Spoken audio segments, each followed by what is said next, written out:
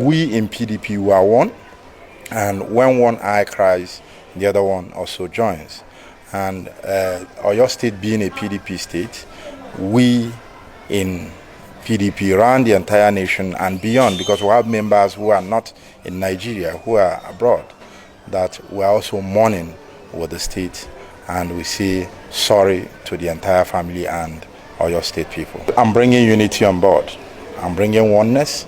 I'm bringing cohesion in our party.